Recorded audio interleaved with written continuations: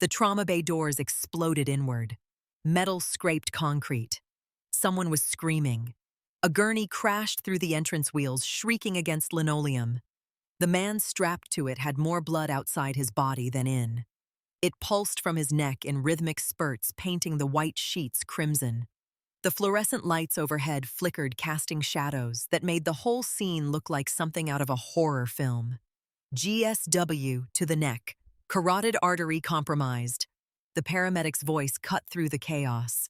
ETA on the attending, 20 minutes out. The charge nurse grabbed for supplies, hands already shaking. We need to stabilize until... Anna Hayes stepped forward. She had been standing in the corner coffee cup, halfway to her lips, night shift exhaustion written across her face. 3 months into this job. 3 months of keeping her head down, blending in, staying invisible. But her feet moved before her brain could stop them. Her hands found the wound. Blood spilled over her fingers, hot and insistent. Everyone else saw chaos. Anna saw a map. Her fingertips traced the torn vessel beneath shredded tissue, reading the damage like Braille. The room fell away. No sounds, no lights. Just her and the dying man and the surgery her hands remembered. The suture needle appeared in her palm. She threaded it without looking. 1. The needle pierced tissue. 2. It curved through the vessel wall. 3. The knot pulled tight. The bleeding stopped. Just like that. 3 seconds. Maybe less.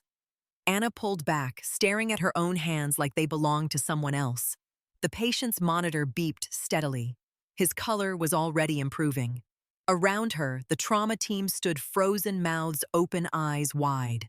That was when she felt it. The weight of someone's stare. Dr. Marcus Reed stood in the doorway. The chief of surgery. 15 years of trauma experience. Hands that had saved hundreds of lives. And right now, those hands were clenched into fists at his sides. His face had gone pale. Not with relief, with recognition. He stepped into the room slow and deliberate. His eyes never left Anna's hands. When he spoke, his voice was quiet, dangerous. What the hell did I just watch? The other nurses busied themselves with the patient. Nobody wanted to be part of whatever was about to happen. Anna stripped off her gloves, tried to make her voice steady. I just applied pressure and... Don't. Dr. Reed moved closer. Don't insult my intelligence. I've been a trauma surgeon for 15 years. What you just did requires a decade of surgical training. Minimum. His gaze locked onto hers. No nurse learns that from YouTube videos. The room was watching now. Anna could feel their eyes, their questions, their curiosity burning into her back. I got lucky, she said. Lucky. He laughed, but there was no humor in it. Lucky. Right. He gestured to the patient. Get him stabilized and move to the ICU. Then you... He pointed at Anna. My office. Now. It wasn't a request. Anna wanted to run. She had gotten good at running. 6 years of practice. New city, new name, new life. Rinse and repeat. But running now would only confirm what he already suspected. Dr. Reed had seen something in those 3 seconds. Something that broke through her carefully constructed disguise. He knew. She followed him down the corridor, each step heavier than the last. Behind them, she heard whispers starting. By morning, the whole hospital would be talking. 6 years.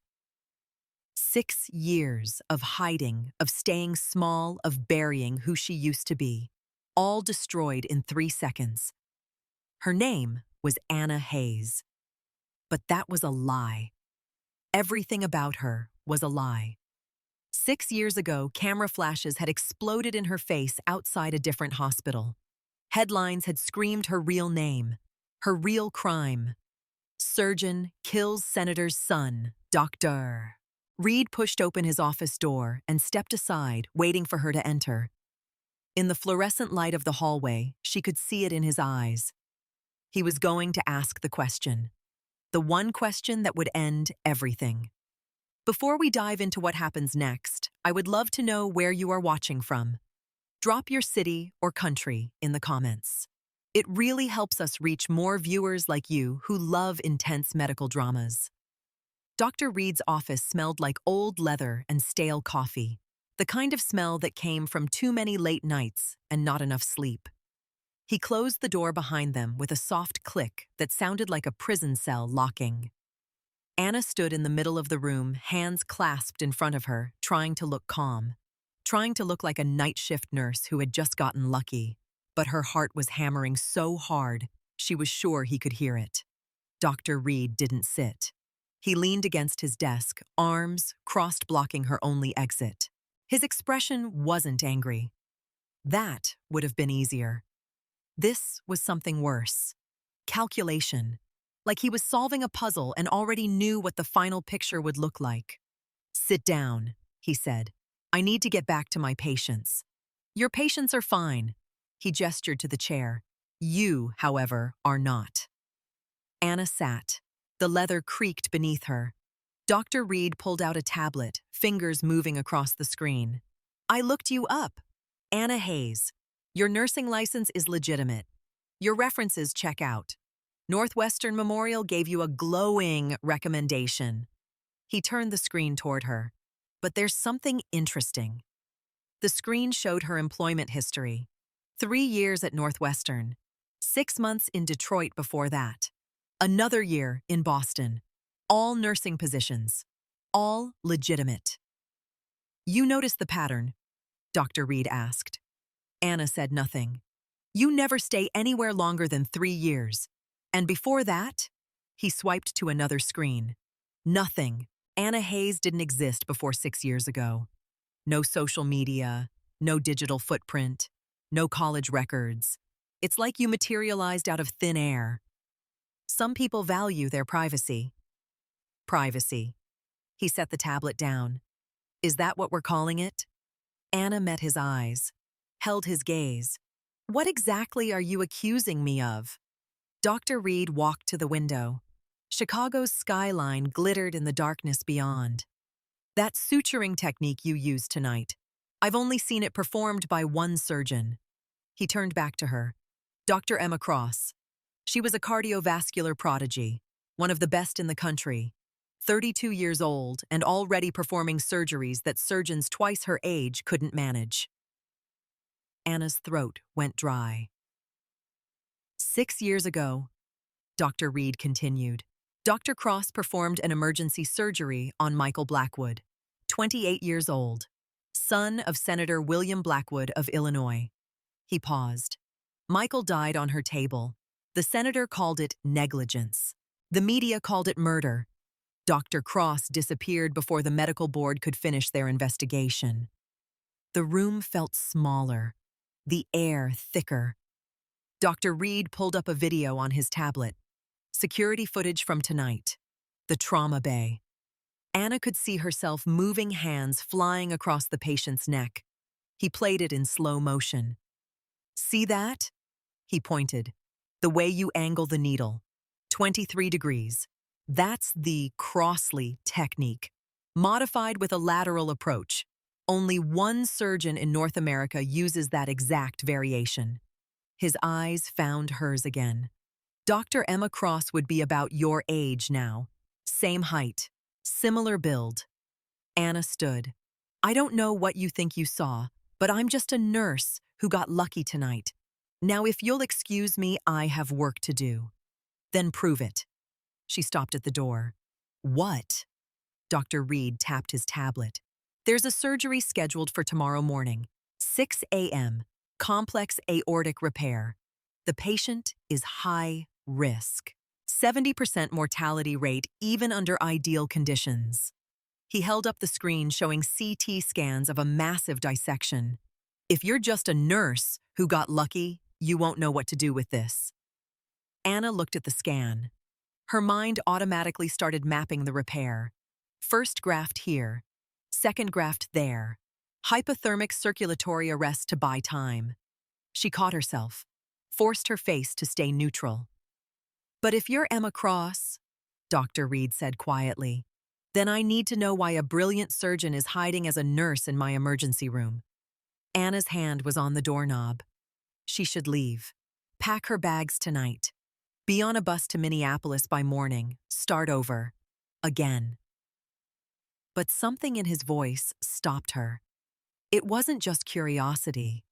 There was something else underneath. Something that sounded almost like desperation. "Why do you care?" she asked without turning around. Silence stretched between them. Then, "Because in 6 months I'm going to lose my surgical license." Anna turned. Dr. Reed held up his right hand. In the fluorescent light, she could see it. A tremor. Slight but unmistakable. His fingers shook like leaves in wind. "Early onset Parkinson's," he said. "Stage 2. I've been hiding it for 8 months. But it's getting worse." He lowered his hand. "Soon everyone will know, and everything I've built will be gone." For the first time since she'd entered the office, Anna saw past the chief of surgery. She saw a man watching his entire world crumble, just like hers had. "What does that have to do with me?" she asked. "If you are who I think you are," Dr. Reed said, "then maybe we can help each other." Anna didn't go home that night. She sat in her car in the parking garage for 2 hours, staring at nothing. Thinking about Dr. Reed's proposition. Thinking about the scans of that patient who would be dead in 48 hours without surgery. Thinking about the last time she'd held a scalpel. The memory came whether she wanted it or not. 6 years ago, Massachusetts General Hospital, operating room 7.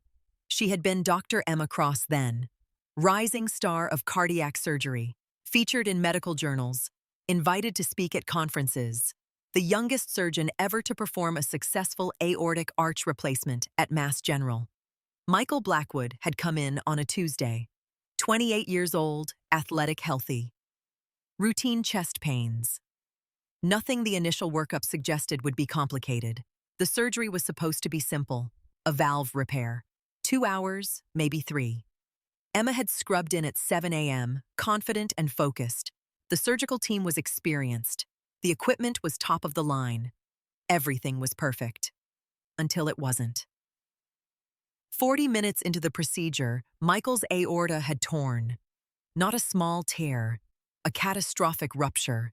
Blood had flooded the surgical field faster than suction could clear it.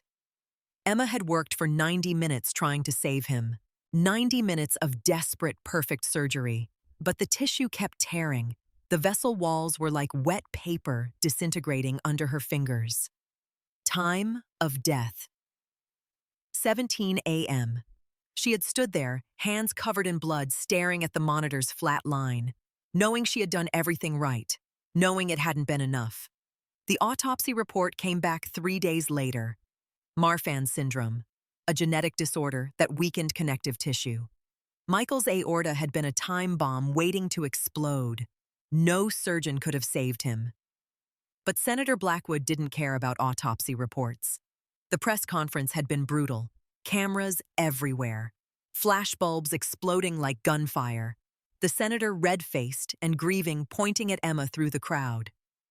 "She killed my son. She was reckless, negligent. She should never be allowed near another patient." The medical board had launched an investigation. The hospital had suspended her pending the outcome. Her colleagues had stopped making eye contact in the hallways. Then came the death threats. Letters to her apartment. Emails with graphic descriptions of what people wanted to do to her. Protesters outside the hospital with signs that read, "Murderer and justice for Michael." Emma had lasted 2 weeks before she broke. She cut her hair short, dyed it brown, changed her name, disappeared. Dr. Emma Cross died. Anna Hayes was born from the ashes. For 6 years, she had moved from city to city, hospital to hospital, always nursing, never surgery, keeping her head down, staying invisible. Until tonight. Anna sat up in her car, wiping her eyes. She hadn't realized she'd been crying. Her phone buzzed, a text from an unknown number. The patient's name is David Chen, 42 years old, father of 3. If we don't operate, he'll be dead by Friday. I know you can save him. The question is, will you? Below the message was an attachment. More scans of the dissection, worse than what Dr. Reed had shown her in the office. This wasn't just complex.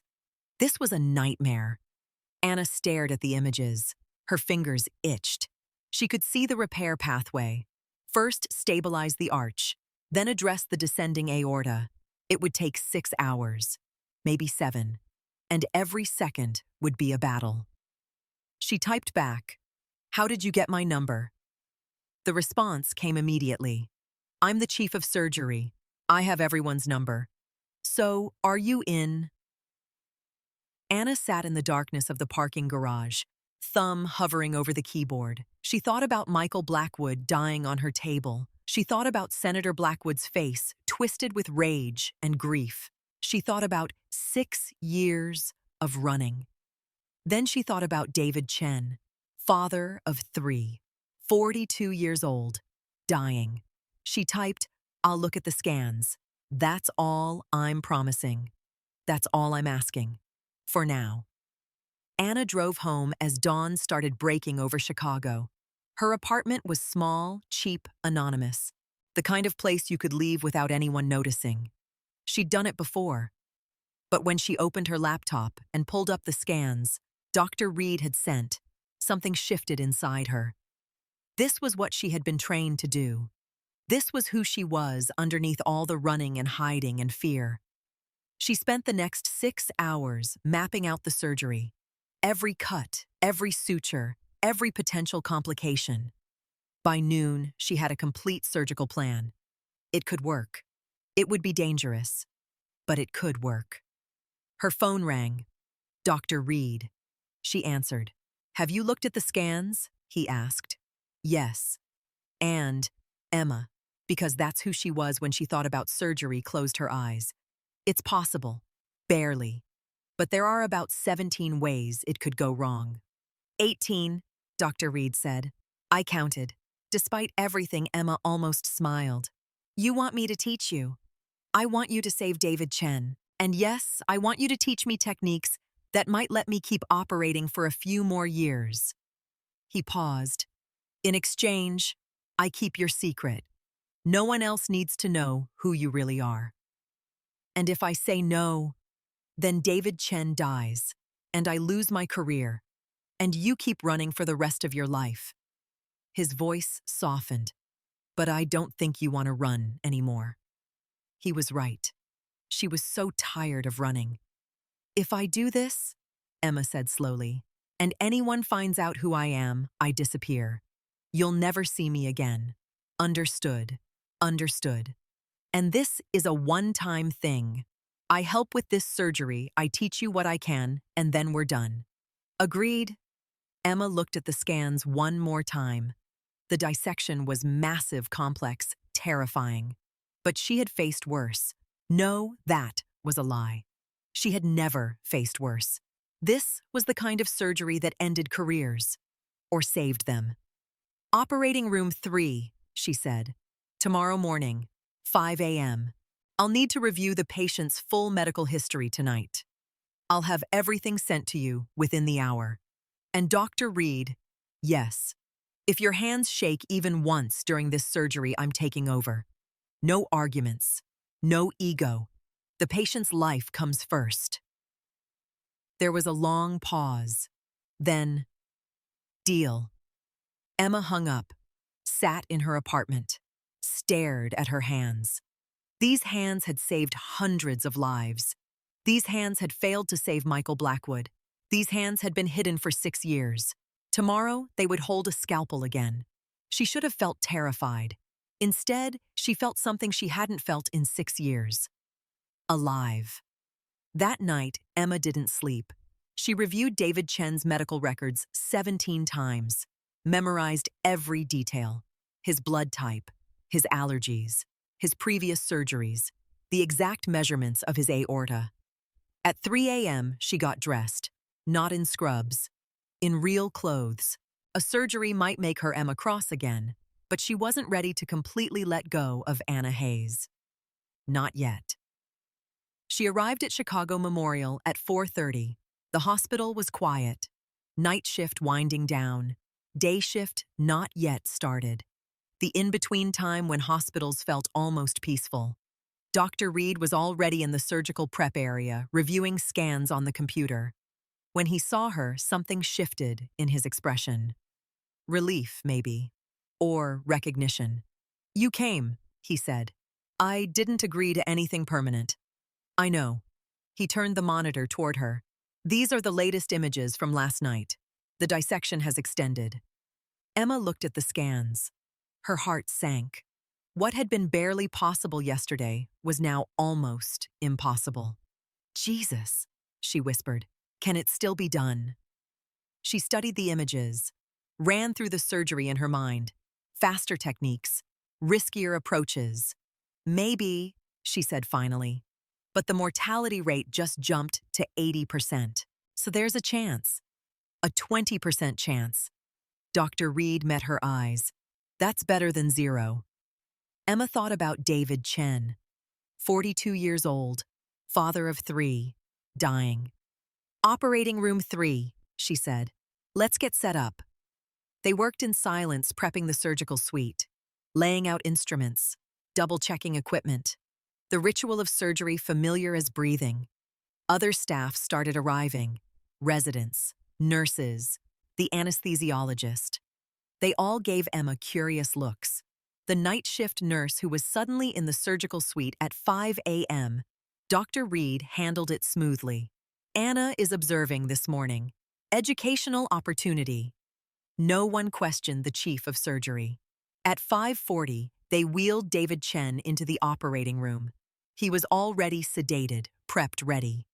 Emma looked at his face, peaceful, unaware that he was about to undergo one of the most dangerous surgeries possible. The anesthesiologist began the process of putting him under completely. Emma stood beside the operating table, gloved and gowned. For 6 years, she had avoided this moment. For 6 years, she had convinced herself she would never do this again. Dr. Reed stood across from her. Their eyes met over the patient. "Ready?" he asked. No, she would never be ready. Not after Michael Blackwood, not after everything that happened. But David Chen didn't have time for her fear. "Ready," Emma said. The anesthesiologist nodded. "He's under. You're good to go." Emma picked up the scalpel. The weight of it felt like coming home and falling off a cliff at the same time. She looked at Dr. Reed one more time. Then she made the first incision. Part 3, The Devil's Bargain. Blood bloomed under the scalpel like a dark flower opening. Emma's hands moved with muscle memory, 6 years old, parting tissue exposing the chest cavity. The monitors beeped steadily. David Chen's heart beat strong and regular, unaware of the battle about to begin. "Retractor," Emma said. A nurse placed the instrument in her palm. Cold metal, familiar weight. Emma positioned it, creating the window she needed to see the damage. And there it was. The aorta, or what was left of it. The dissection was worse than the scans had shown. The vessel wall was paper-thin in places bulging with pressure. A time bomb wrapped in tissue. "Jesus Christ," Dr. Reed breathed beside her. "We need 2 grafts," Emma said, keeping her voice steady. "Professional. This section here and this one." She pointed with a clamp. "Can you get better exposure?" Dr. Reed adjusted the retractors. His hands were steady. No tremor yet. Good. Emma worked quickly, assessing every millimeter of damaged tissue. The dissection extended further than she'd anticipated. If they didn't replace the entire affected section, the remaining tissue could tear at any moment. "Clamp," she said. The instrument appeared in her hand. She positioned it carefully, isolating the blood flow. One wrong move and David Chen would bleed out in seconds. "First graft ready?" she asked. "Ready," the scrub nurse confirmed. Emma cut away the damaged section of aorta. The vessel gaped open, held closed only by the clamps. She could feel everyone in the room holding their breath. This was the moment. Success or failure. Life or death. She positioned the first graft, a synthetic tube that would replace the destroyed vessel. Her needle moved through tissue precise and fast. Each suture had to be perfect. Too loose and it would leak. Too tight and the tissue would tear. The monitors continued their steady rhythm. David Chen's heart kept beating, unaware of the surgery happening inches away. 30 minutes passed. Emma's shoulders ached from the position bent over the open chest. Sweat beaded on her forehead. A nurse dabbed it away without being asked. "First graft is secure," Emma announced. "Starting on the second." Dr. Reed shifted position, giving her better access. "Your technique," he said quietly. "It's beautiful." Emma didn't respond. She couldn't afford distraction. Not now. The second graft was more complicated. The dissection had extended into smaller vessels, branches that fed critical organs. She had to work around them, preserving blood flow while replacing the damaged main artery. Her hands moved in a rhythm only she could hear. Thread, pierce, pull, knot. Thread, pierce, pull, knot. "Pressure's dropping," the anesthesiologist said. 90/60. Emma's eyes flicked to the monitors. Not critical yet, but heading that direction. "Increase fluids," she said. "We're almost there." But they weren't almost there. As Emma sutured the second graft into place, she saw it. Another section of weakened tissue, hidden behind the first dissection. The scans hadn't caught it because it had been obscured by the larger tear. If they finished the surgery now, this section would fail within days. Maybe hours. "We have a problem," Emma said. Dr. Reed leaned closer. "What am I looking at?" "Secondary dissection. See here?" Emma pointed with forceps. "The wall is already separating. It's going to blow." "Can we repair it?" "We have to. Otherwise, this whole surgery is pointless." The anesthesiologist spoke up. "He's been under for 3 hours already." "How much longer?" "Another hour. Maybe 90 minutes. Emma looked at Dr. Reed. "Can you maintain retraction that long?" He nodded, but Emma saw it, the slight tremor in his right hand. "Starting." "I've got it," he said, seeing her notice. "Tell me the second you don't." They worked in silence after that. Emma's focus narrowed to the tiny section of vessel in front of her. Everything else disappeared. The room, the people, the monitors. Just her and the surgery. Thread, pierce, pull, knot. Her hands remembered this. They had done it hundreds of times before Michael Blackwood. Before everything fell apart. 90 minutes later, Emma tied the final suture. "Done," she said.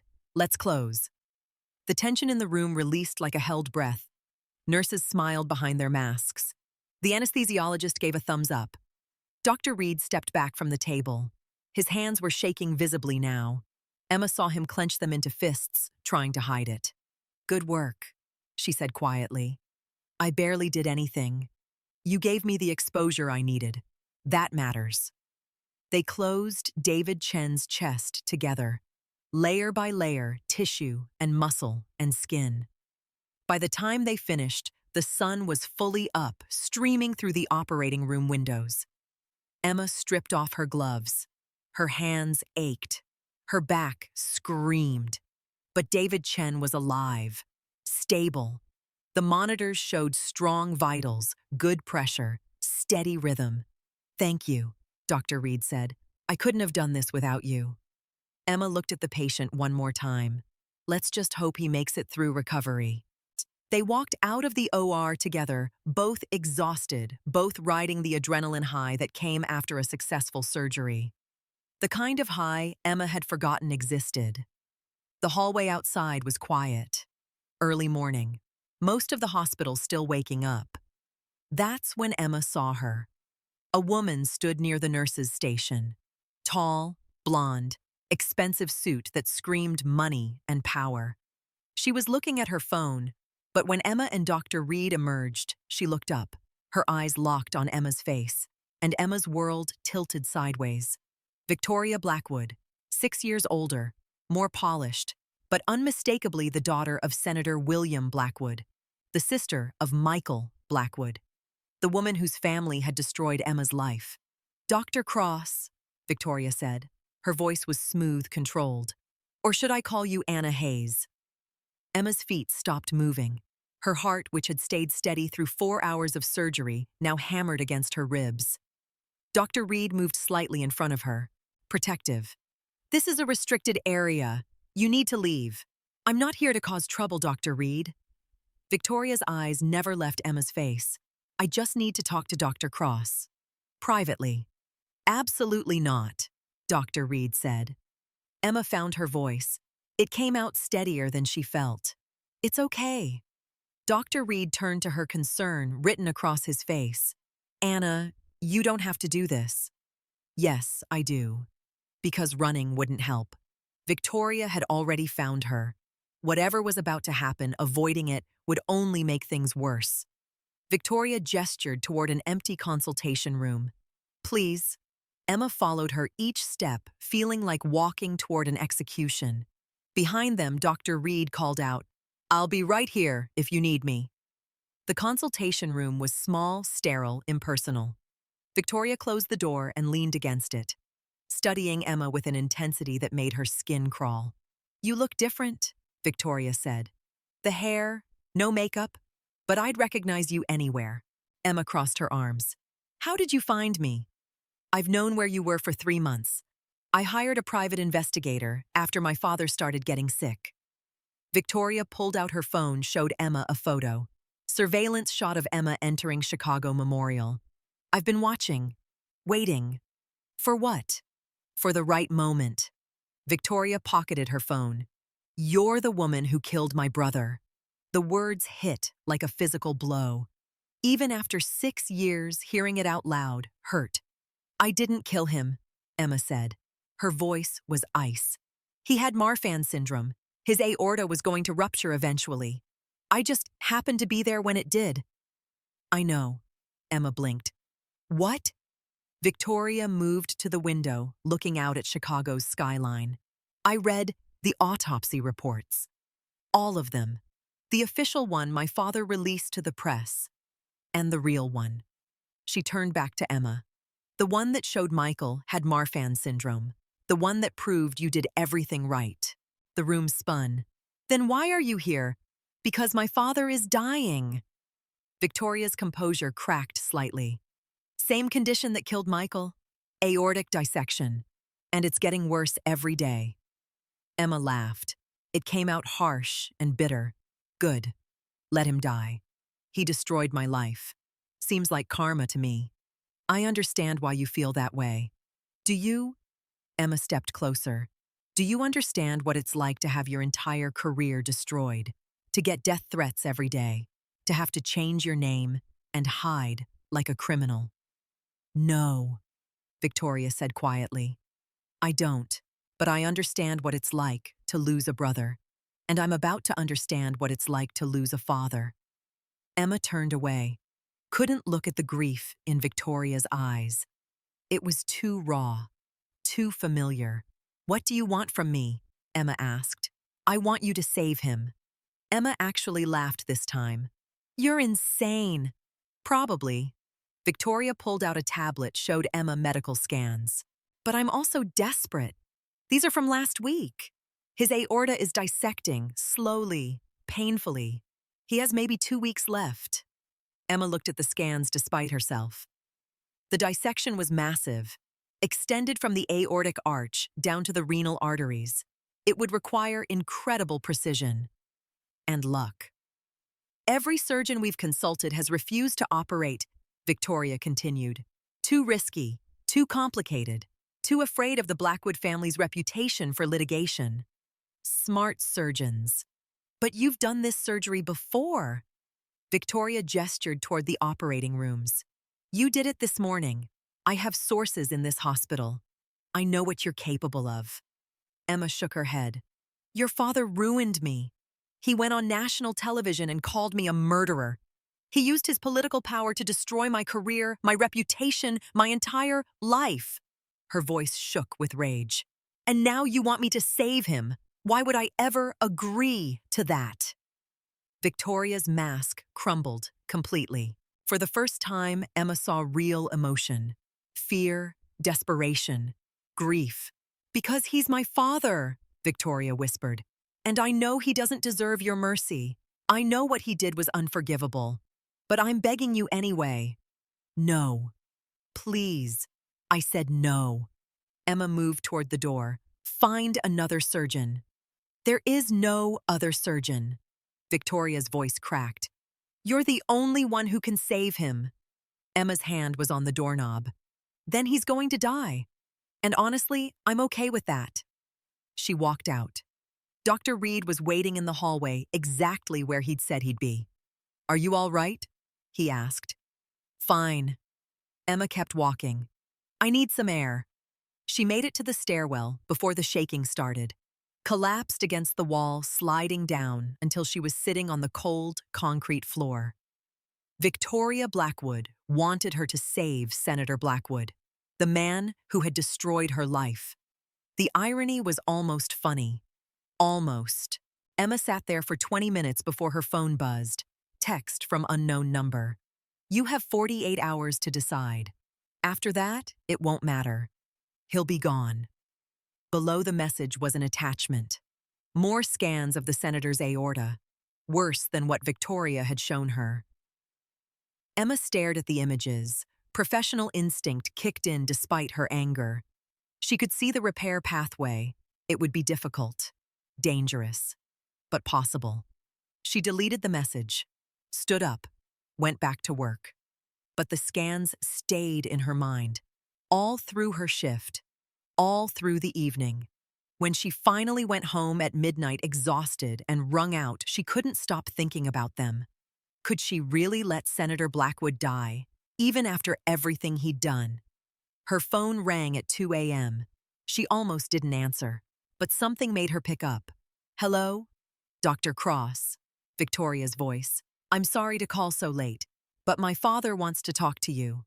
"I don't want to talk to him." "Please, just 5 minutes." "He's at Chicago Memorial. Private room on the 7th floor. He's asking for you." Emma should have hung up. Should have blocked the number. Should have packed her bags and left Chicago that night. Instead, she got dressed. The hospital was quiet at 2:30 in the morning. Emma showed her badge to security, took the elevator to the 7th floor. Private wing, where the wealthy patients stayed. Senator Blackwood's room was at the end of the hall. 2 security guards stood outside. They let her pass without comment. The room was dark, except for monitors casting blue light across the walls. Senator Blackwood lay in the bed, connected to IV lines and oxygen. He looked old, sick. Nothing like the powerful man who'd stood in front of cameras 6 years ago demanding justice. "Dr. Hartman," he said. His voice was weak. "Thank you for coming." Emma didn't move from the doorway. "I'm not staying. I just came to tell you no in person." "Fair enough." He coughed, winced in pain. "Can I at least explain?" "There's nothing to explain. Your son died. You blamed me. End of story. It's not that simple." "Yes, it is." Senator Blackwood was quiet for a long moment. "You're right. I destroyed you. I used my power and influence to ruin your career because I needed someone to blame for Michael's death." He looked at her with watery eyes. "I was wrong. And I'm sorry." "Your apology doesn't bring back my career. It doesn't give me back 6 years of my life." "I know." He gestured weakly to a folder on the bedside table. "That's why I've prepared a full exoneration, public statement, press conference, everything. The truth about Michael's Marfan syndrome, the truth about how I suppressed the autopsy findings, all of it." Emma stared at the folder. "Why now?" "Because I'm dying. And before I go, I want to try to fix some of the damage I've caused." He met her eyes. "Please, let me try to make this right." Emma wanted to throw the folder in his face, wanted to tell him it was too little too late, wanted to walk out and let him die alone. But she didn't. She picked up the folder, opened it. Inside was a full legal document: exoneration, restoration of medical license, public apology, financial compensation, everything she'd wanted for 6 years. All she had to do was save the man who'd destroyed her. "I need to think about it," Emma said. "Take whatever time you need. I have maybe 2 weeks, maybe less." Emma left the room without another word. The folder felt heavy in her hands. She went back to her apartment, sat in the darkness, stared at the legal document. At 4 a.m., she was still sitting there when she heard voices in the hallway outside Senator Blackwood's hospital room. She'd come back unable to sleep walking the halls. Victoria's voice, and a man's voice Emma didn't recognize. She moved closer to the door, listened. "You can't do this," Victoria was saying. "Not now. Not when he's about to have surgery. The election is in 3 weeks." The man's voice was cold, calculating.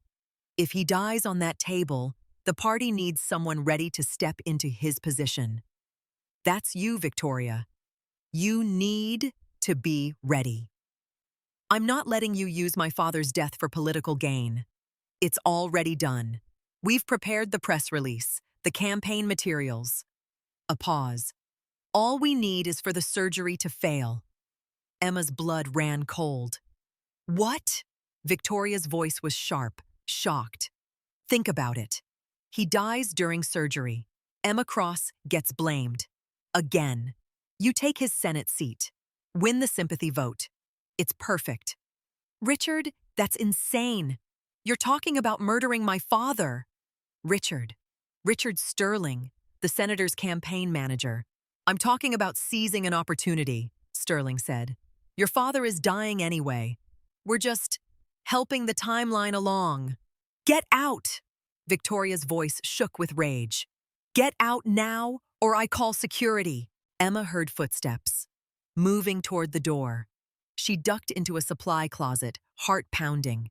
Sterling walked past phone, already pressed to his ear. Emma caught fragments of conversation. "Surgeon is Emma Cross. Yes, the one from the scandal. Easy target. If anything goes wrong, she takes the fall again. Already have people in place." The words hit Emma like ice water. This wasn't about saving Senator Blackwood. This was a setup.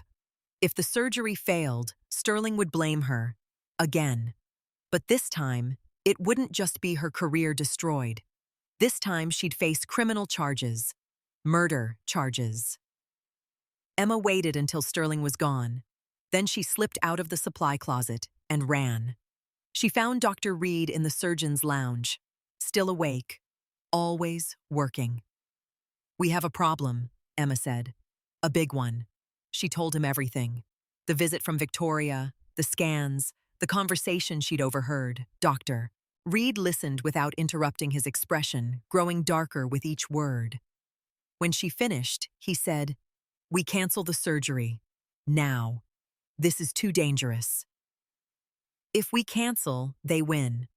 Sterling will spin it as me refusing to help a dying patient. Better than you going to prison for murder." Emma paced the small room. "But if we go through with it and document everything, video record the entire surgery, have witnesses, legal protection. You can't guarantee the surgery will succeed. This is a dissection that could kill him on the table, even if you do everything right." "I know." Dr. Reed stood, gripped her shoulders. "Emma, listen to me. You've spent 6 years running from what happened to Michael Blackwood. Don't walk right back into the same trap. What choice do I have if I refuse? I'm the villain who let a patient die. If I operate and he dies, I'm a murderer."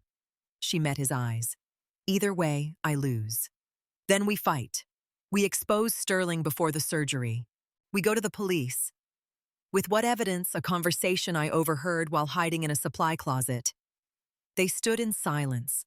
The clock on the wall ticked toward dawn.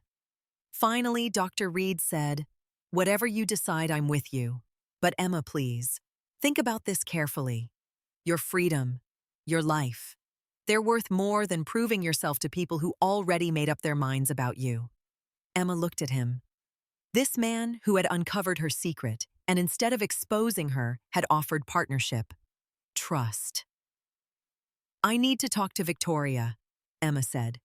She found Victoria still in her father's hospital room. The senator was asleep.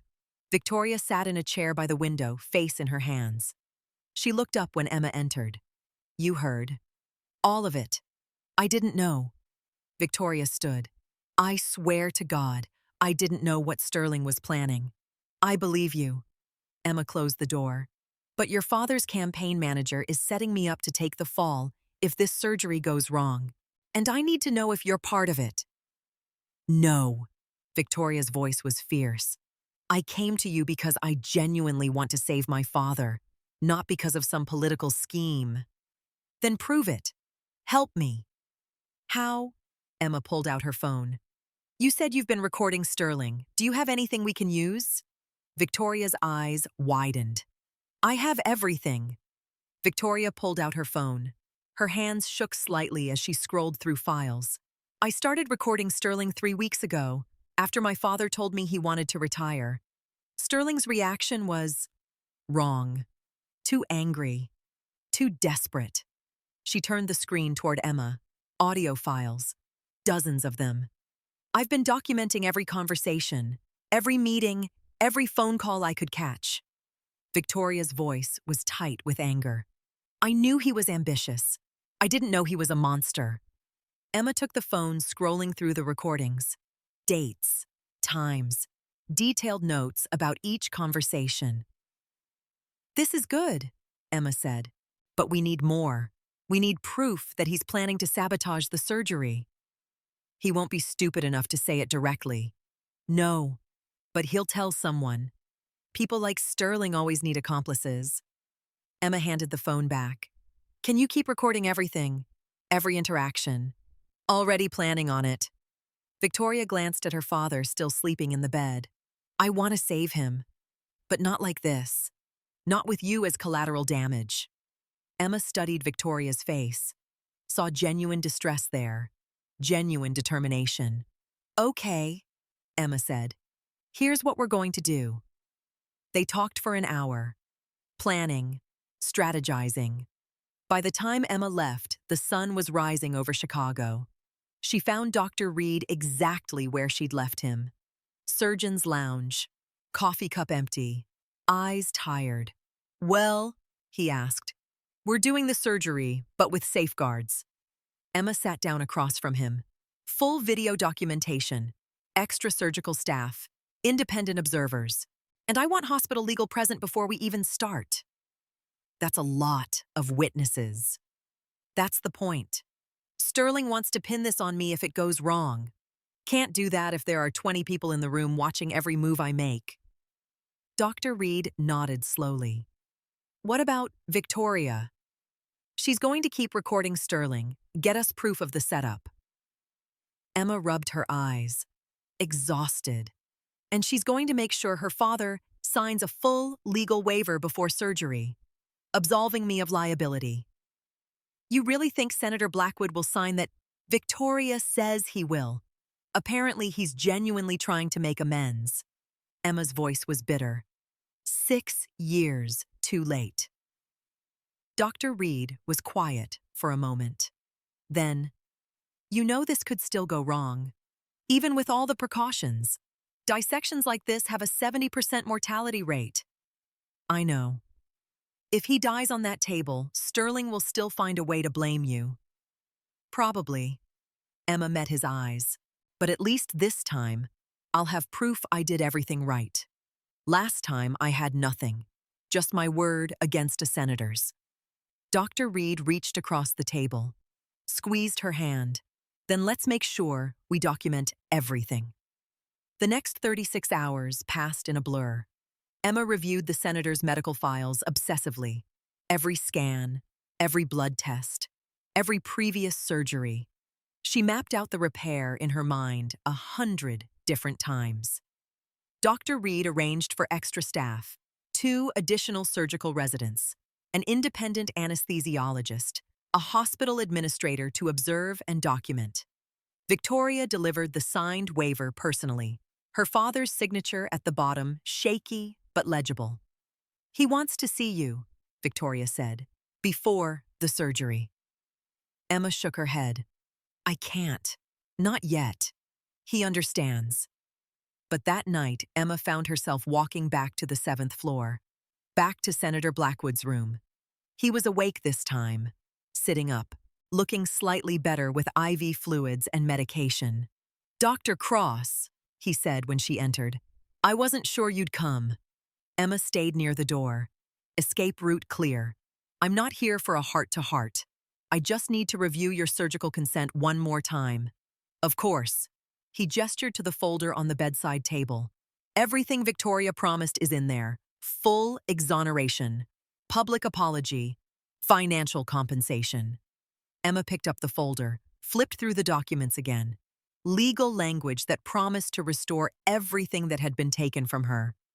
"Why?" she asked. "Why now? Why not 5 years ago? Or 4? Or 3? Senator Blackwood was quiet for a long moment. "Because I was a coward. I knew the truth about Michael's condition within weeks of his death. The autopsy was clear. Marfan syndrome. Genetic. Nothing you could have prevented. Then why destroy me? Because I needed someone to blame." His voice cracked. "I couldn't accept that my son died because of my genes, my family's flaw. It was easier to destroy you than face the truth." Emma felt rage building in her chest, hot and acidic. "You ruined my life because it was easier." "Yes." He didn't look away. "I'm a politician. I'm very good at making other people pay for my mistakes." "You're a monster." "I know." He met her eyes. "But I'm a dying monster who wants to try to fix at least one thing before I go." Emma stared at him. This frail old man who had once wielded such power, who had stood in front of cameras and called her a murderer, who had stolen 6 years of her life. "I'm not doing this for you," Emma said quietly. "I'm doing it because I took an oath. First, do no harm. That oath doesn't have exceptions for people I hate." "I understand. And after this surgery, win or lose, I never want to see you again." "Also understood." Emma turned to leave. "Dr. Cross." Senator Blackwood's voice stopped her. "Thank you for being a better person than I ever was." Emma didn't respond, just walked out. The surgery was scheduled for 6 a.m. Emma barely slept the night before, kept seeing the scans in her mind. The massive dissection, the paper-thin vessel walls, all the ways this could go catastrophically wrong. At 4 a.m., she gave up on sleep, went to the hospital early. The surgical suite was already being prepared. Extra equipment, backup supplies, video cameras positioned to capture every angle. Dr. Reed found her at 5 already scrubbed and gowned. "Ready?" he asked. "No." Emma looked at her hands, steady despite the fear coursing through her. "But we're out of time." At 5:30, they wheeled Senator Blackwood into the operating room. He looked small under the bright lights, vulnerable. For just a moment, Emma felt something close to pity. Then she remembered his face on television, his voice calling her a murderer. The pity evaporated. "Before we start," Emma said to the room, "I want it noted for the record that this patient has been fully informed of the risks. 70% mortality rate. Possible complications, including stroke, organ failure, and death. He has signed all appropriate waivers." The hospital administrator spoke from the corner. "Noted and documented." Victoria stood in the observation gallery. Emma could see her through the glass, pale, frightened. The anesthesiologist began the sedation process.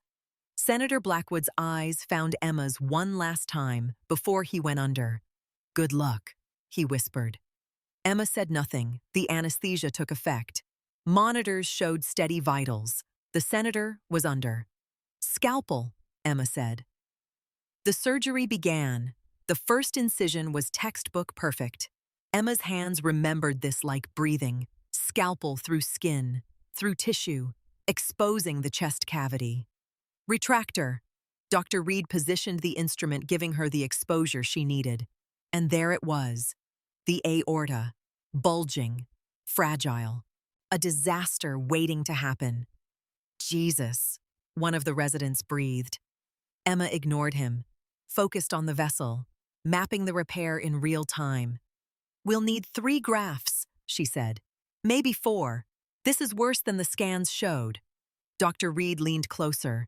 "Can it be done? We're about to find out." Emma positioned her first clamp. "Prepare for hypothermic circulatory arrest. We're going to need to stop his heart." The anesthesiologist's eyes widened. "That's extremely risky." "So is this entire surgery. But if we don't stop blood flow completely, we can't repair the damage safely." For the next hour, Emma worked with intense focus. The first graft went in smoothly. The second required delicate maneuvering around smaller vessels. Dr. Reed assisted perfectly despite the tremor in his hands. Emma guided him, showed him techniques to compensate. They worked as a team. "Third graft ready," the scrub nurse said. Emma positioned it carefully. This was the most dangerous section. The vessel wall was almost transparent. One wrong move and it would tear completely. Her needle pierced tissue. Thread pulled through. Knot tied. Again, and again, and again. The monitors beeped steadily.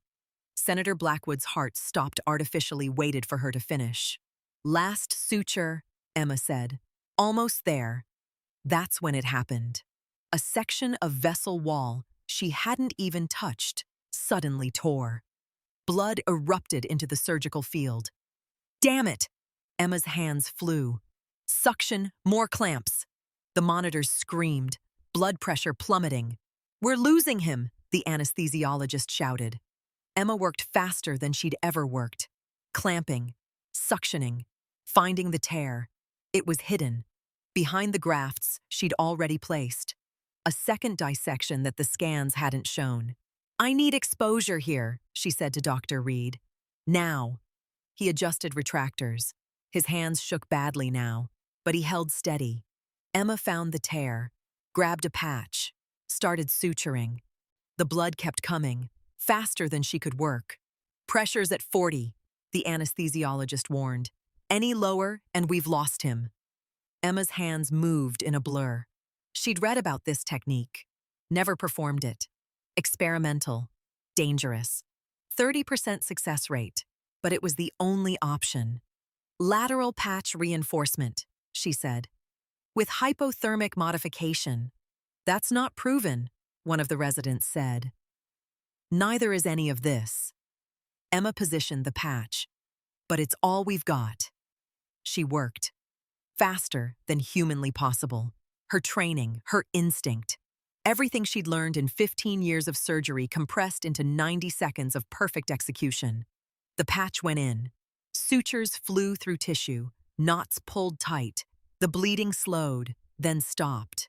"Pressure rising," the anesthesiologist said. 50, 60, 70. Emma didn't let herself breathe yet.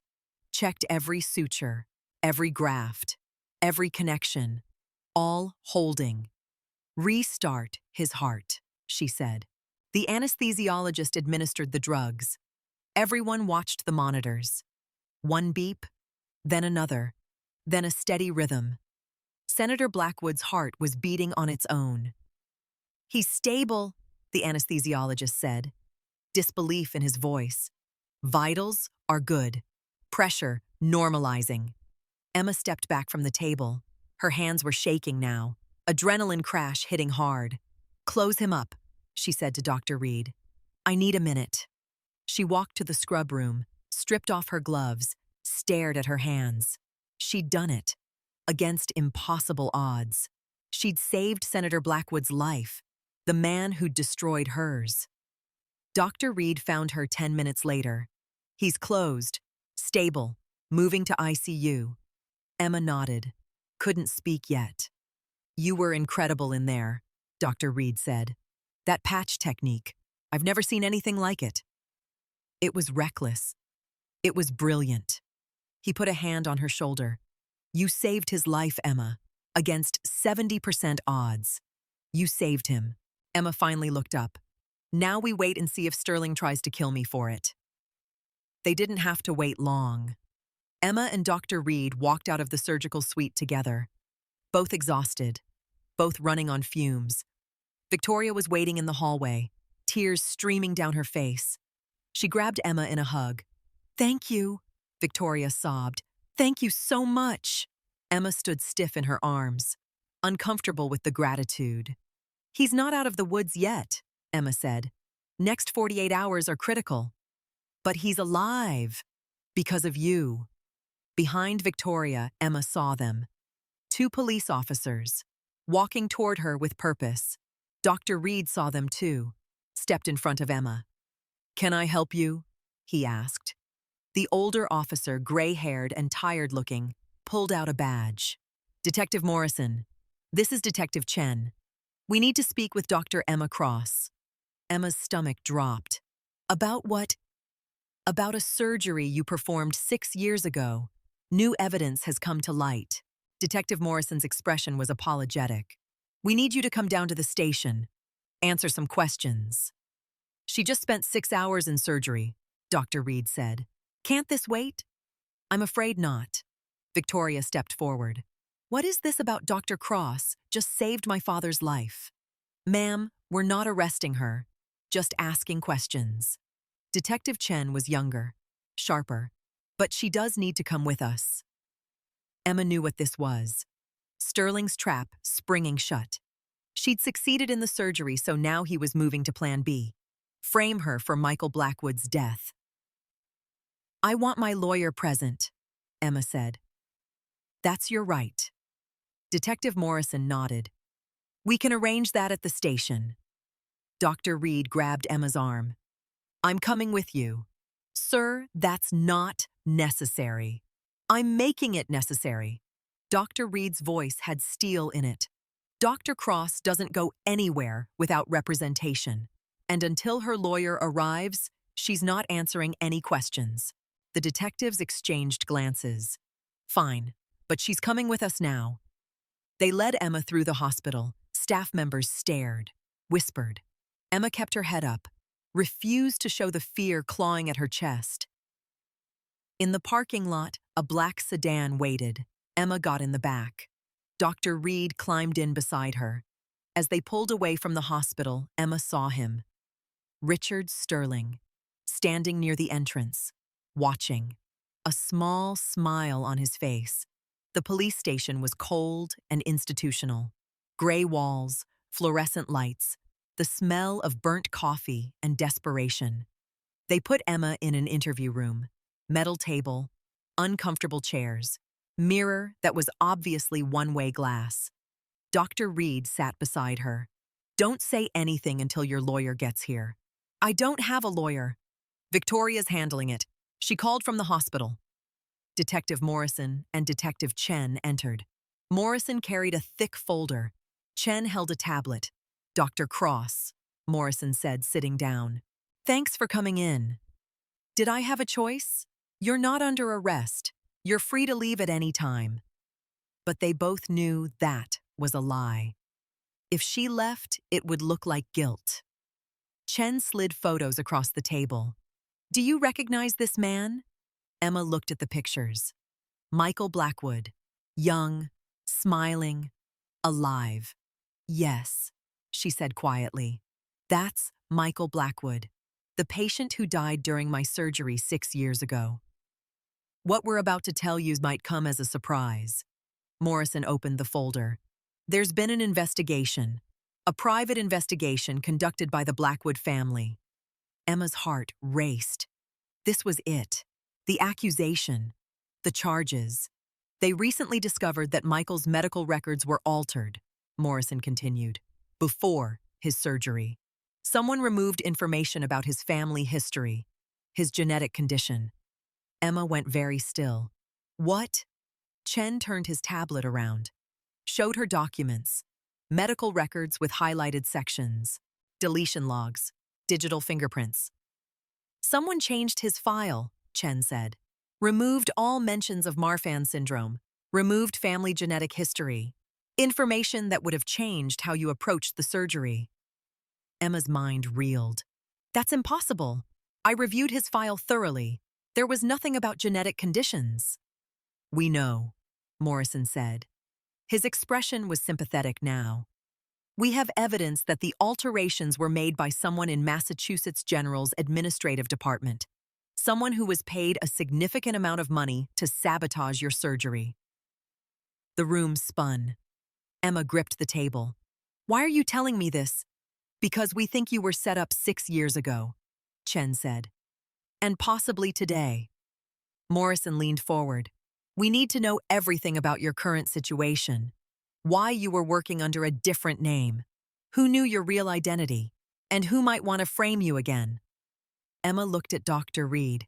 He nodded slightly. I need to make a call, Emma said. They let her use her phone. She called Victoria. Victoria answered immediately. Emma, are you okay? The lawyer is on the way. They're saying the records were altered, that someone set me up 6 years ago. There was a long pause. Then Victoria's voice tight with anger. I know. I found the evidence 2 weeks ago. That's why I hired the private investigator. Who did it? Richard Sterling, my father's campaign manager. Emma's blood ran cold. Why? 3 weeks before Michael's surgery, someone was blackmailing my father, threatening to expose the family's genetic condition unless he paid $2 million. Victoria's voice shook. Sterling paid to have the records altered. He wanted Michael to die. But why? Because my father was planning to retire from politics. After Michael died, he wanted to step away. Grieve. Be with family. Victoria took a shaky breath. Sterling convinced him to stay, to use his grief, his anger, to fuel a political campaign. The pieces clicked into place. Michael's death, Emma's destruction, Senator Blackwood's crusade for medical accountability. Sterling had orchestrated all of it. Where are you now? Emma asked. Outside Sterling's office. I've been recording him. Victoria's voice dropped to a whisper. Emma, he's on the phone right now, talking about you, about the surgery. He's planning something. Keep recording. Get me proof. Emma hung up, turned to the detectives. I know who set me up, she said, and I can prove it. The door burst open. Victoria ran in, followed by a lawyer Emma didn't recognize. Victoria's face was flushed, her phone in her hand. I have it, Victoria said breathlessly. Everything you need. She connected her phone to the detective's computer, played audio files. Sterling's voice filled the room, cold, calculating. The surgery's done. Blackwood survived. That's unfortunate, but we can still salvage this. Another voice. How? The police investigation into Emma Cross. I planted evidence 3 months ago. Fake emails showing she knew about Michael Blackwood's genetic condition and ignored it. Expert testimony I've paid for. It'll be enough. And if it's not, then we create more evidence. Either way, Emma Cross goes down for murder, and Victoria takes her father's Senate seat. The recording continued. Sterling detailing his entire plan, the bribes he'd paid, the records he'd altered, the conspiracy that had destroyed Emma's life. When it finished, the interview room was silent. Detective Morrison looked at Detective Chen. Get a warrant. Now. Chen was already on his phone. On it. Morrison turned to Emma. Dr. Cross, I'm sorry for what you've been through. We'll need your full cooperation, but you're not a suspect. You're a victim. Emma couldn't speak. 6 years. 6 years of running, hiding, believing she was guilty of something, and it had all been a lie. Victoria sat down beside her. I'm sorry for everything my family put you through. Sterling used us, used Michael's death, used my father's grief. Where's Sterling now? Emma asked. His office at the campaign headquarters. Then let's go get him. 20 minutes later, Emma stood outside Sterling's office. Detectives Morrison and Chen flanking her. Victoria behind them with her lawyer. They could hear Sterling inside, on the phone, still scheming. Morrison knocked. "Richard Sterling, Chicago PD. We have a warrant for your arrest." The door opened. Sterling stood there, phone still in his hand. When he saw Emma, his expression flickered. Surprise, then rage. "What is this?" he demanded. Detective Chen pulled out handcuffs. "Richard Sterling, you're under arrest for conspiracy to commit murder fraud, tampering with medical records, and obstruction of justice." "This is ridiculous. I want my lawyer." "You'll get one." Chen cuffed him. "But first, you're going to answer some questions about Michael Blackwood's death and about the $2 million you paid to alter his medical records." Sterling's face went pale. He looked at Victoria. You did this." Victoria met his eyes. No fear, just cold fury. "You killed my brother. You destroyed Dr. Cross. You used my father's grief for your own ambition."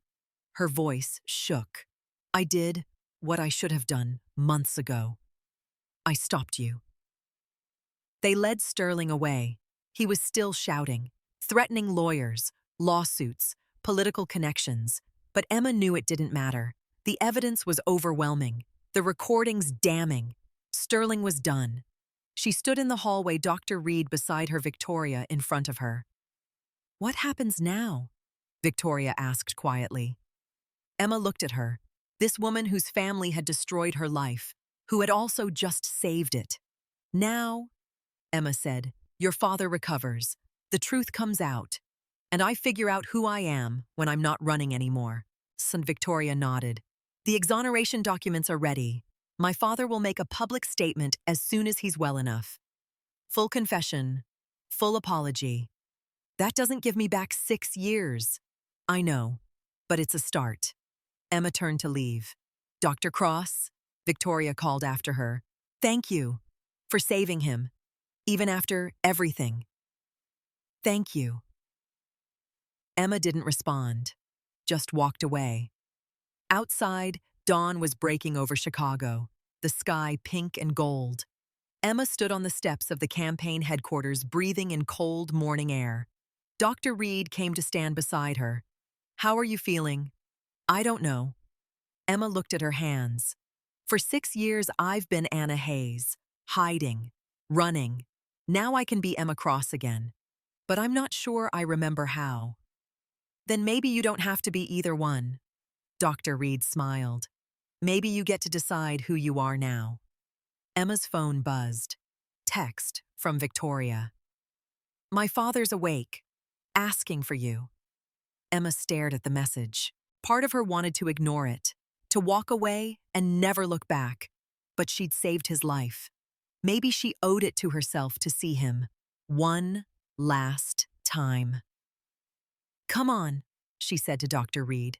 "Let's finish this." Senator Blackwood's recovery room looked different in daylight. Less ominous. Just another hospital room with beeping monitors and antiseptic smell. He was awake when Emma and Dr. Reed entered, propped up on pillows, pale but alive. IV lines snaked into his arms, oxygen cannula in his nose. Victoria sat in the chair beside his bed. She stood when she saw Emma. "Thank you for coming," Victoria said. Emma didn't respond, just walked to the foot of the bed, kept distance between herself and the man who'd destroyed her life. Senator Blackwood looked at her, really looked at her. His eyes were clear, focused. None of the medicated haze from before surgery. "Dr. Cross," he said. His voice was weak but steady. "I understand Richard Sterling has been arrested." "Yes." "Victoria told me everything, what he did, what he planned." The senator's jaw tightened. "I've been a fool." "You've been worse than a fool." Emma's voice was ice. "You've been a coward. You knew the truth about Michael's condition, and you destroyed me anyway." Senator Blackwood didn't look away. "You're right. I knew within 2 years that Sterling had manipulated that everything. The altered records, the blackmail. All of it. Emma's hands clenched into fists. 2 years. You knew for 2 years and you said nothing. I was afraid of losing my Senate seat, my reputation, my political legacy. He took a shaky breath. I chose my career over the truth. Over you. Over everything. You're a monster. Yes. He met her eyes. But I'm a monster who wants to make this right. If that's even possible. Victoria moved to the window, staring out at Chicago. Dad's calling a press conference 2 days from now. He's going to tell everything. Emma laughed. Bitter. Harsh. A press conference. That's supposed to fix 6 years. No, Senator Blackwood said quietly. Nothing can fix what I did to you. But it's a start. The truth. Publicly. On record. And then what? You retire with your conscience clear, go off into the sunset feeling good about finally doing the right thing. No. The senator's voice broke. Then I live with what I've done. Every day. For whatever time I have left. Emma wanted to scream at him, wanted to rage, but standing there looking at this broken old man, she just felt tired. I'm not doing this for you, Emma said. I'm doing it because people deserve to know the truth. About Sterling. About Michael. About what really happened. I understand. Emma turned to leave. Dr. Cross. The senator's voice stopped her. You saved my life. After everything I did to you. That takes strength I never had. Thank you. Emma walked out without responding. The story broke that night. Campaign manager arrested in medical conspiracy. Surgeon exonerated after 6 years. The truth about Michael Blackwood's death. Emma's phone exploded. Reporters, former colleagues, medical schools, hospitals. Everyone suddenly wanted to talk to the surgeon who'd been vindicated. She turned her phone off, sat in her apartment in the dark. Dr. Reed showed up at midnight with Chinese takeout and beer. Figured you might need company, he said. They ate in silence for a while. Emma couldn't taste the food. Everything felt distant, surreal. The medical board called me, Dr. Reed said finally. They want to expedite your license reinstatement. Full restoration. No conditions. Emma set down her chopsticks. Just like that. Just like that. You could be operating again in 2 weeks. I don't know if I want to. Dr. Reed looked at her, surprised. What do you mean? Emma stood, paced the small apartment. For 6 years, I've dreamed about being a surgeon again, getting back what was taken from me. But now that it's possible, I don't know if that's what I want anymore. What do you want? I don't know. Emma stopped at the window. Chicago glittered below. Being a nurse these past 6 years, it reminded me why I went into medicine in the first place. It's not about complex surgeries or prestige. It's about helping people, connecting with them. Dr. Reed smiled. You can do both. Be a surgeon and help people. Maybe. Emma turned back to him. What about you? Your hands. I'm stepping down as chief of surgery, taking a position in medical education. He took a drink of beer. Teaching residents. Turns out I can still do a lot of good, even if I can't operate. That's a big change. So is yours? He raised his beer bottle. To new beginnings. Emma clinked her bottle against his. To new beginnings. The next morning, Emma woke to her doorbell ringing. She opened it to find Victoria standing there with coffee and bagels. Peace offering, Victoria said. Can I come in? Emma stepped aside. Let her in. They sat at Emma's tiny kitchen table. The silence was awkward, heavy with everything unsaid. I'm stepping down from my father's Senate seat, Victoria said finally. Running in the special election on my own terms. Emma raised an eyebrow. Politics after everything. Beats of everything. Victoria's eyes were fierce. I want to introduce healthcare reform legislation. Protect doctors from frivolous lawsuits. Make sure what happened to you never happens to anyone else. That's ambitious. So was saving my father's life after what he did to you. Victoria smiled slightly. I learned from the best. Despite everything, Emma felt something shift. Not forgiveness. Not yet. But maybe the beginning of it. I also wanted to tell you, Victoria continued, we're establishing a scholarship, in Michael's name, for medical students pursuing cardiac surgery. Emma's throat tightened. Victoria, you don't have to do that. Yes, I do. Michael loved medicine. He would have been a doctor if he'd lived long enough. Victoria pulled out a folder.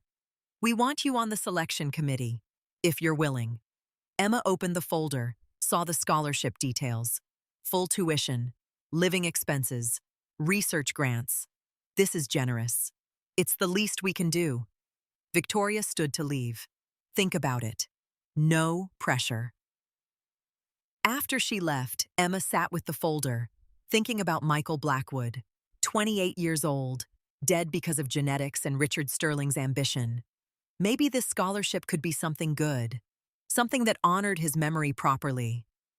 Emma picked up her phone, called the medical school. I want to teach. Surgical residents. Whatever classes you need. The press conference happened 2 days later. Emma almost didn't go, but Dr. Reed convinced her. You need to be there, to see it, to hear him say it publicly. The hospital conference room was packed. Cameras everywhere, reporters jostling for position. Emma stood in the back with Dr. Reed and Victoria. Senator Blackwood walked to the podium. He moved slowly, still recovering from surgery, but his voice was strong. 6 years ago, he began, I destroyed an innocent woman's life. The room erupted, questions shouted, cameras flashing. Senator Blackwood raised his hand for silence. Please, let me finish. He told everything. The autopsy report that showed Marfan syndrome, his decision to suppress the genetic findings, Richard Sterling's manipulation, the altered medical records. Dr. Emma Cross did not kill my son, the senator said. His voice shook. My son had a genetic condition. From my family. Dr. Cross did everything right. But I needed someone to blame. So I destroyed her career, her reputation, her life. Emma felt tears on her cheeks, didn't bother wiping them away. I used my political power to ruin an innocent woman. Senator Blackwood continued. I let Richard Sterling manipulate me into becoming a monster. I chose my career over the truth, over justice, over basic human decency. He turned, found Emma in the crowd, looked directly at her. Dr. Cross saved my life 2 days ago. After everything I did to her, she had every reason to let me die. But she saved me anyway. His voice cracked. That's the kind of person she is. That's the kind of person I should have been. The room was silent now. Every camera focused on the senator. I'm issuing a full public apology, a complete exoneration. Dr. Cross's medical license will be restored. And I'm personally funding a $10 million settlement to compensate her for the years I stole from her. More camera flashes. More questions shouted. A reporter stood. Senator Blackwood, are you resigning? Yes, effective immediately. I'm stepping down from the Senate. I don't deserve to serve the people of Illinois anymore. Another reporter. Dr. Cross, how do you feel? Emma stepped forward. Found the camera. This was her moment. 6 years in the making. I feel tired, she said, her voice steady despite the emotions churning inside. Relieved, and still angry. Senator Blackwood's apology doesn't erase 6 years of running, hiding, being afraid. She paused. Let that sink in. But it's a step toward healing for both of us. Emma looked at the senator. I accept his apology. Not for him, for myself. Because carrying this anger for the rest of my life would only give him more power over me. The reporters erupted again, questions flying. Emma walked out. Dr. Reed followed. Outside, the winter air was cold and clean. Emma breathed it in. deep lungfuls. "You okay?" Dr. Reed asked. "I will be."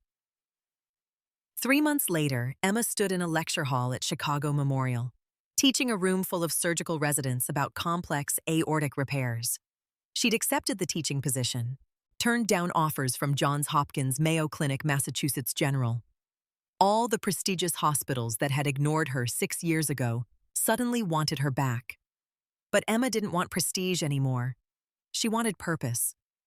"The key to this surgery," she told the residents, "is understanding that perfection isn't the goal. Saving the patient is the goal. Sometimes that means taking risks, using experimental techniques, trusting your instincts." Dr. Reed sat in the back row, smiling. He'd become her mentor in reverse, teaching her how to teach. After the lecture, a young resident approached. Female, early 20s, nervous energy. "Dr. Cross, I just wanted to say thank you." Emma looked at her. "For what?" "Your story. What you survived. It inspired me to keep going when I wanted to quit." The resident's eyes shone. "You proved that even when everything falls apart, you can rebuild." Emma felt something warm in her chest. Pride, maybe, or hope. "Thank you," Emma said. "But remember, you don't rebuild alone. You do it with help from good people." That evening, Emma met Victoria for coffee. They'd been doing this weekly, slowly building something that might eventually become friendship. "The scholarship recipients were announced," Victoria said. 15 students, full rides, all pursuing cardiac surgery. "That's amazing. We want you to mentor one of them, if you're interested." Emma thought about it. Mentoring a young surgeon, passing on knowledge, making sure the next generation was better. "I'd like that," she said. Victoria smiled. Michael would have liked it too. They sat in comfortable silence, drinking coffee, watching Chicago's evening rush hour through the window. Emma's phone buzzed. Text from Dr. Reed. "David Chen is being discharged today, full recovery. Wanted to thank you personally." Emma smiled. David Chen, the surgery that had brought everything into motion. Father of 3, 42 years old, alive because she'd taken the risk. "Good news?" Victoria asked. "Very good news." Emma walked home that night. The cold didn't bother her anymore. Chicago had become home in a way no city had been in 6 years. She didn't have to hide anymore. Didn't have to run. She was Dr. Emma Cross. Surgeon, teacher, survivor. Her apartment building came into view. Emma climbed the steps, fishing for her keys. That's when she saw it. An envelope on her doorstep. No address, no stamp, just her name written in elegant script. Dr. Emma Cross. Emma's hand froze. Something about the envelope felt wrong, dangerous. She picked it up, opened it carefully. Inside was a single sheet of paper, typed, anonymous. "Congratulations on your resurrection, but you've made a mistake. Sterling was a pawn. The game is bigger than you know. Your surgery on Michael Blackwood wasn't random. The Blackwoods were targeted. So were you. And we're still watching." Emma's hands shook. She flipped the paper over. On the back was a photograph. Her. During Michael Blackwood's surgery 6 years ago. Inside the operating room. Taken from an angle that should have been impossible. Unless someone on her surgical team had been there. Part of it. Emma's phone rang. She answered without thinking. "Did you get my message?" A voice. Distorted. Electronic. "Who is this?" "Someone who knows the truth. About Michael Blackwood. About your surgery. About what really happened that day. Sterling altered the records. He paid off the hospital administration. Sterling was a useful idiot. A middleman." The voice paused. "The people who actually orchestrated Michael's death are still out there. And they're very interested in you. Why? Because you're asking questions. Getting close to things you shouldn't." Another pause. Dr. Cross, you were always collateral damage, but now you're becoming a problem. The line went dead. Emma stood on her doorstep, photo in one hand, phone in the other, her mind racing. Sterling had been arrested. The senator had confessed. Justice had been served. But if this caller was telling the truth, then everything was a lie. Sterling wasn't the mastermind. He was just another piece on the board. And whoever was really behind Michael's death was still out there, still watching. Emma looked at the photo again, saw herself 6 years younger, hands covered in Michael's blood, trying desperately to save him. Someone had been in that operating room, taking pictures, documenting her failure, planning something bigger. She pulled out her phone, called Dr. Reed. Emma, what's wrong? We need to talk. Now. She looked up and down the street, saw a black car parked across from her building, watching. I think we just solved the wrong crime. What do you mean? Sterling didn't orchestrate Michael's death. He was working for someone else. Emma's voice shook. And whoever it is, they're still out there. She hung up, called Victoria. Victoria, I need you to pull all of Michael's medical records, everything. And I need to know everyone who had access to his files before the surgery. Emma, what's going on? I think there's more to this than Sterling. I think Michael was murdered, and I think we're all still in danger. Emma looked at the black car again. The driver's window was tinted, but she could feel eyes on her. She went inside, locked her door, triple-checked the locks. But she knew it didn't matter. Whoever was behind this had been watching for 6 years. They knew where she lived, where she worked, everything about her. Emma sat in her apartment, photo and letter spread on the table in front of her. For 6 years, she'd thought she was running from a crime she didn't commit. But maybe she'd been running from something much worse. Maybe she'd been a witness to murder, and the killers had been waiting for her to stop hiding so they could finish what they started. Emma picked up her phone one more time, called Detective Morrison. Detective, it's Emma Cross. I need to reopen a case, Michael Blackwood's death. I don't think it was medical malpractice. She took a deep breath. I think it was murder, and I think I can prove it. Outside her window, the black car drove away. But Emma knew it would be back. This wasn't over. Not by a long shot. She'd survived Richard Sterling, survived Senator Blackwood's vendetta, survived 6 years of hiding.